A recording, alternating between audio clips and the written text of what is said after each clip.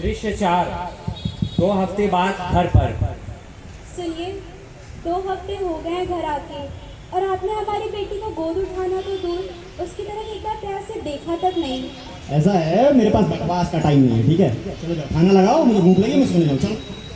अच्छा, मुझे कुछ पैसे दे दीजिए, हमारी बेटी के लिए कुछ सामान लेना है। देखो ऐसा है, इस बोझ के लिए मेरे पास कोई पैसे वैसे नहीं है, ठीक है? और अगर मुझे पहले पता होता लड़की है ना, तो मैं इसको कोख में मार देता, कोख। मुझे वंश आगे बढ़ाना था, बोझ नहीं पाल। अगर इतना शौक है ना तुम्हें बोझ पालने का, तो चली जाओ अपने माँ बाप के घर और ले आओ पैसे और पालो। ना मिले तो उठा के कूड़े में फेंक देना, मुझसे नहीं मतलब है। पर मैं अपने पापा से पैसे कैसे मांगू? बेटी तो हम दोनों की है ना, तो इसे पालना भी हमें ही पड़ेगा। बहुत जुबान चलने लगी है तुम्हारी, आज बताता हूँ। बहुत जुबान चलने लगी है तुम्हारी। ऐसा है, सुनो, अब इस बच्ची को मैं अपने पास रखूंगा और नौकरानी बना के रखूंगा। निकाल मेरे को।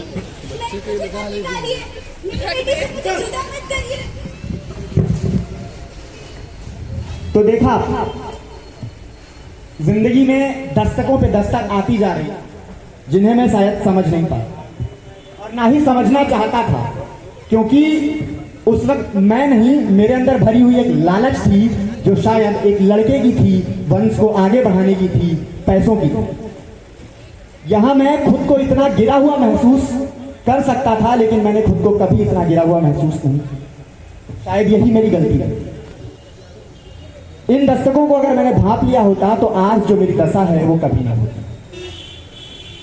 मैंने सिर्फ एक बच्चे के लिए, एक लड़के के लिए, ऐसे बालक के लिए जो मेरा वंश आगे बढ़ा सकता, उस पत्नी को जो अपने पिता का घर छोड़कर मेरे साथ आई थी, शायद मुझे खुद से भी ज्यादा प्यार करती थी, मैंने उसे घर से धक्के मारकर निकाल दिया और उस बच्ची के बारे में तनिक ना सोचा कि बिन मां की वो बच्ची कैसे जी। और मैं लगातार उस पर अत्याचार करता रहा।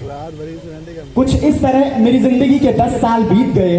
मैंने दूसरी शादी कर ली सिर्फ इस लालच में कि उसे पहले से एक लड़का है और मेरा वंश आगे बढ़ जाएगा। तो आइए देखते हैं मेरी जिंदगी की कहानी 10 साल बाद।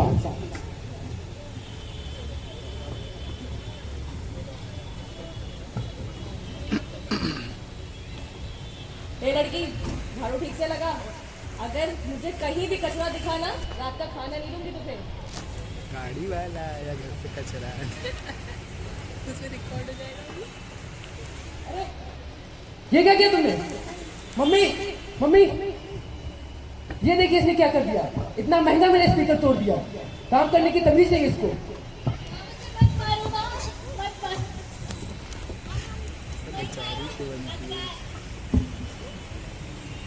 ये क्या कर रही है? क्यों मारे डाल रही हो उसको?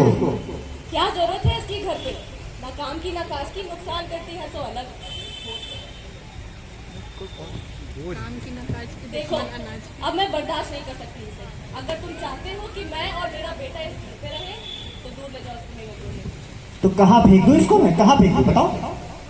जानती हूँ कैसे आदमी को जो काम कर देगा। जो करना है करो। हेलो, हाँ सुनो, आ जाओ।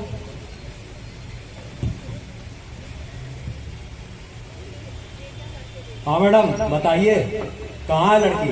रुको, लाती हूँ। चल चल।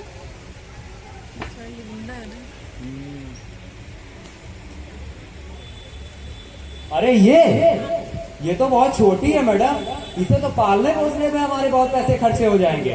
देखिए मैडम, मैं इसके 20,000 रुपए से 1 रुपए ज्यादा नहीं दे पाऊंगा। अब देखो, जो बनता है दे दो और दे जाओ उसे। ठीक है मैडम, ये लीजिए आपके 20,000। चल लड़की, चल चल।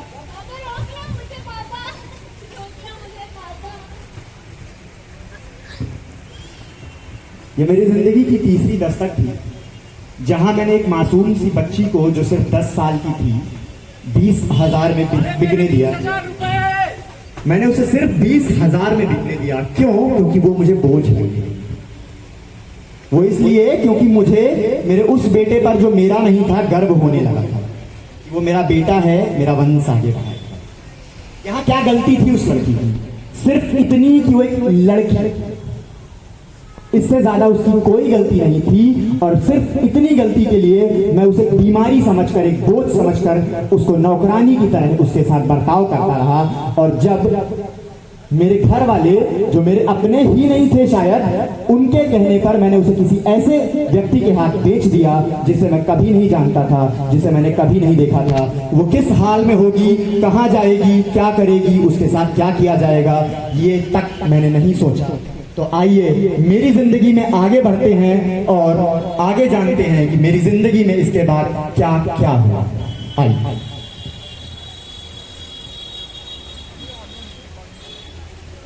कभी लेने क्या दिक्कत है, मैनेज कर रहे अजी सुनिए, कहिए। देखिए हमारे जाने के बाद सब इसी का तो है, आज देना हो या कल देना हो तो अभी दे देते हैं। थोड़ा आप मेरे नाम कर दीजिए, थोड़ा इसके। है तो तुम ही सकते। अब थोड़ा समय दो सोचने के लिए। अब आपको बीवी बच्चों के लिए भी सोचना पड़ेगा। अब जीने नहीं दोगे, लाओ पेपर लाओ, साइन कर देते हैं, है तो तुम्हारा ही। ये लीजिए। खुद भीख मांगे। लो तुम्हारी हो जाएगी। तो कुछ इस तरह, जिस बेटे को मैं अपना गर्व समझ रहा था, जिसको मैं अपना बेटा कहकर अपना सीना चौड़ा करता था, उसने मेरी जायदाद अपने नाम कराई।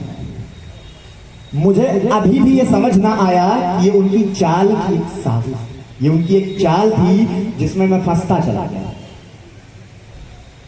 आइए आगे बढ़ते हैं और दिखाता हूं कि इस संकेत के आने के बाद भी मैं जो दस्तक भांप ना पाया, वो मेरी जिंदगी में किस तरह का भूचाल ले आई। आगे बढ़ते हैं मेरी कहानी में। वर्ड्स देख रहे हो कैसे कैसे यूज हुए।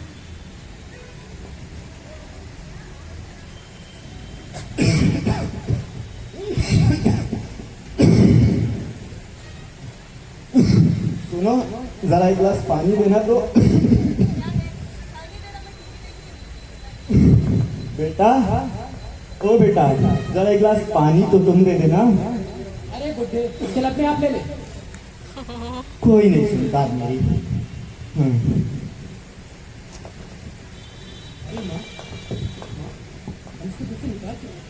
बोझ बना बैठा है हमको। निकाल देते, अब तब तो हमारा ही है। इस टाइम पे माइक उधर करना चाहिए, तो बकलेल की तरफ देख गए। ए बुड्ढे, चल निकल घर से। क्या कर अरे घर से निकल। मेरा भी तो घर है। निकल घर से। क्यों नहीं हो तुम कुछ हो।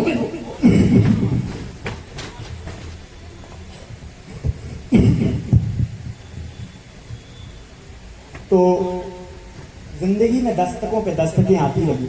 मुझे समझ तब आया जब जिसे मैं अपना बेटा बोल अपना सीना चौड़ा कर लेता था, उसने मुझे घर से निकाल दिया। क्यों? एक गिलास पानी ही तो मांगा था। बोझ हूं मैं, बूढ़ा हो चुका हूं, लाचार हूं, कुछ नहीं कर सकता। जिसे मैंने अपना सब कुछ शायद मान लिया था, वो पत्नी जिसे मैं दोबारा ब्याह कर रहा था, वो बेटा जिसके नाम मैंने आंख बंद कर अपनी सारी जमीन जायदाद कर